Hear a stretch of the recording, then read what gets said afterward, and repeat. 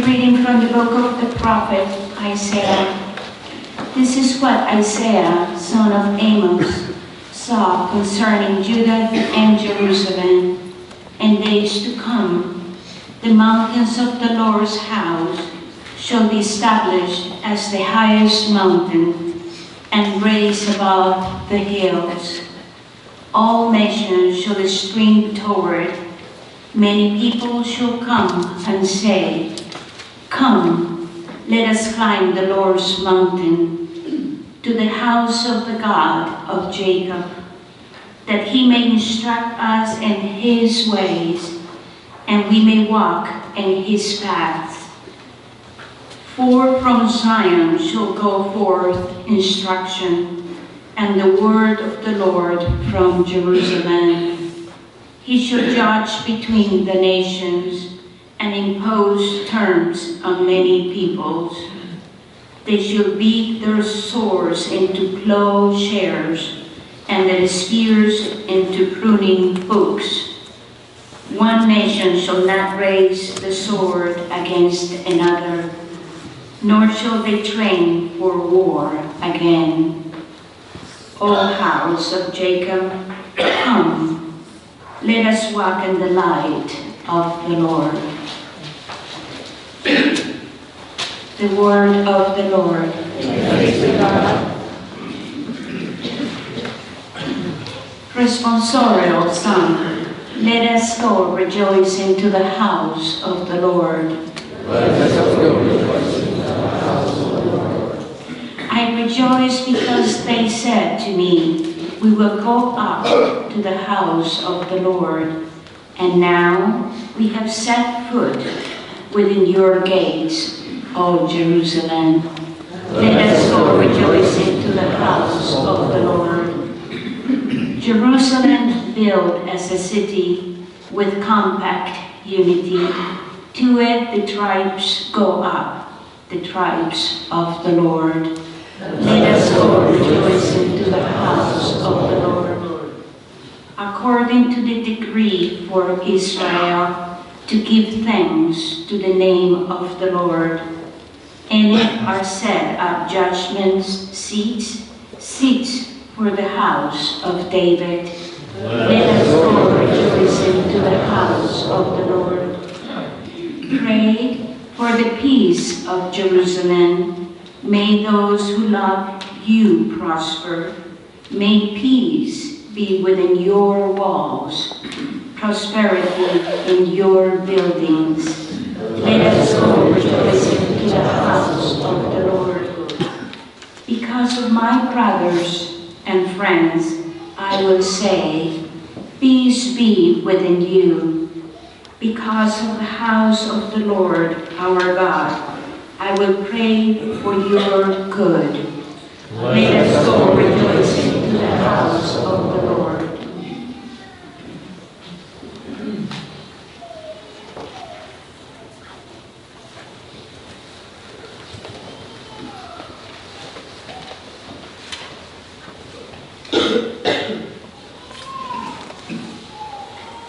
A reading from the letter of St. Paul to the Romans. Brothers and sisters, you know the time. It is the hour now for you to awake from sleep. For our salvation is nearer now than when we first believed. The night is advanced, the day is at hand. Let us then throw off the works of darkness and put on the armor of light. Let us conduct ourselves properly, as in the day, not in orgies and drunkenness, not in promiscuity and lust, not in rivalry and jealousy, but put on the Lord Jesus Christ, and make no provision for the desires of the flesh. The word of the Lord. Thanks be to God. Alleluia, alleluia. Show us, Lord, your love, and grant us your salvation. Alleluia, alleluia. The Lord be with you. A reading from the Holy Gospel according to Matthew. Jesus said to his disciples, As it was in the days of Noah, so will it be at the coming of the Son of Man. In those days before the flood, they were eating and drinking, marrying and giving in marriage, up to the day that Noah entered the ark. They did not know until the flood came and carried them all away. So will it be also at the coming of the Son of Man. 2 men will be out in the field. One will be taken, and one will be left. 2 women will be grinding at the mill. One will be taken, and one will be left. Therefore, stay awake, for you do not know on which day your Lord will come. Be sure of this. If the owner of the house had known the hour of night when the thief was coming, that one would have stayed awake and not let the house be broken into. So too you also must be prepared, for at an hour you do not expect, the Son of Man will come. The Gospel of the Lord. Praise to you, Lord Jesus Christ. Good morning.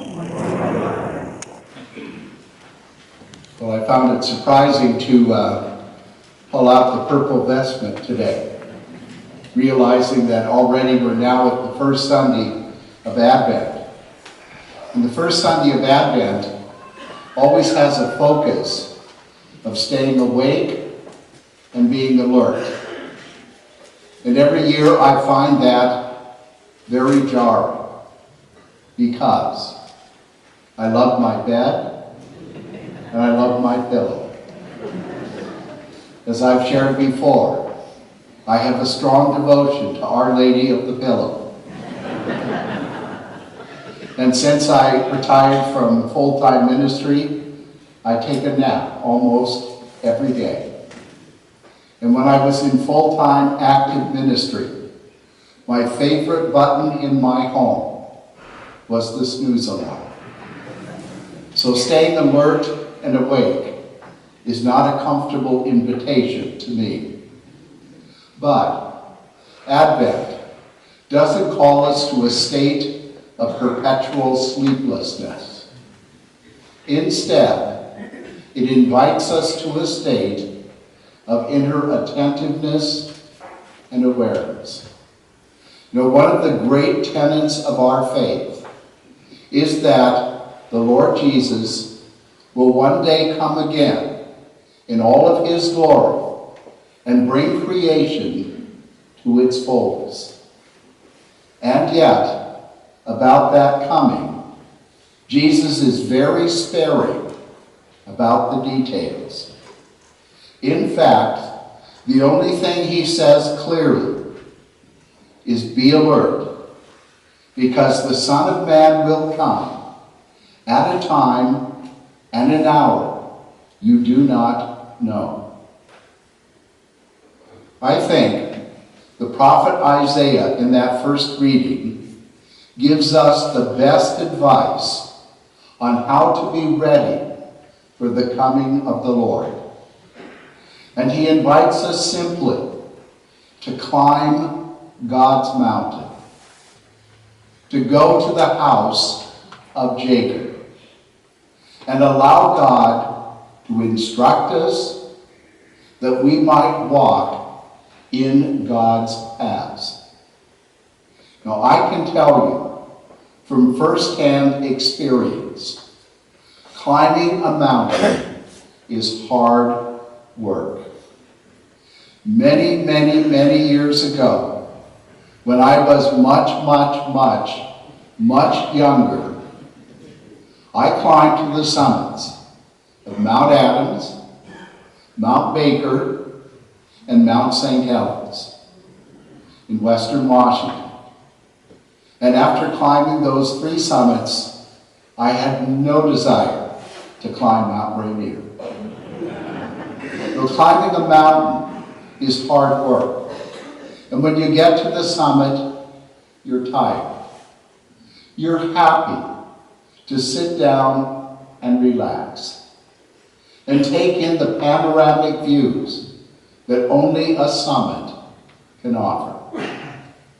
Isaiah invites us to do something similar, inviting us to climb God's mountain, that we might be instructed in God's ways. And Isaiah assures us, if we are willing to climb God's mountain, the nations of the world, and we who participate in them, will be changed, and changed for the better. Isaiah promises, when we allow God's light to guide us, we will become agents, not of destruction and violence, but agents of light, love, and peace. And then he goes on and gives us some very poetic images that the United Nations itself has laid claim to. He speaks about, under God's guidance, how swords that are meant to take life will become plowshares that break open the earth so that the seed of life can grow. He speaks the promise, under the light of God's guidance, spears that are meant to kill will become long poles with pruning hooks that enable fruit trees to produce more fruit. In other words, the light of God's love will guide us to be agents of life, not death. Agents of peace, not war. Now, when looked at that way, climbing God's mountain becomes a little more challenging. Unfortunately, there are far too many today, including Christians, who believe the way to security is by trusting in weapons rather than God's promise of plowshares and pruning hooks. Now granted, no one of us here, luckily, will ever have the responsibility of declaring war or what armaments are to be used. But all of us, I'm sure, have dealt with the consequences of hurt and violence. I would imagine all of us here, at different points in our lives, have had to deal with issues of hurt, even hate, violence, revenge, and the desire for retaliation. Those are not easy realities. You and I live in a world that is becoming increasingly hostile and afraid. We live in a nation today that I believe, perhaps like you, is moving toward less civility rather than more civility. We need more than ever the light of God's guidance. A few years ago, when we came to the end of the Year of Mercy, there was a strong editorial in American Magazine that I thought was challenging then and continues to be challenging now. And as I reflect upon part of that editorial, I would have to be the first among you to raise my hand and say guilty. But I don't think my hand is the only one that would go up. Our country has a great deal of healing to do, and we need to step back, recover our better selves, and reach out to those with whom we may legitimately disagree. Disagreement does not have to include vilification, recrimination, and charges of ill will. It does not call for shutting doors to respect or to the recognition of the good in those with whom we have differences. If our country is to be strong, it must be just and offer opportunities to all. We must work to find common ground in order to carry out the works of mercy. You and I must work to find common ground in order to carry out the works of mercy. Now, I believe this is something Jesus himself did. He actually allowed himself the freedom to climb God's mountain. And he allowed himself the freedom to be taught by God. And that's why, ultimately, he could take violence, cruelty, torture, and even death, and kill it in his person by extending forgiveness. I have no doubt when Jesus comes again, there will be absolutely no room at all for violence, hurt, or harm of any kind. Advent invites us, like Jesus, to climb God's mountain, to allow the light of God's instruction to guide us into God's paths. Isaiah says it so simply. Come,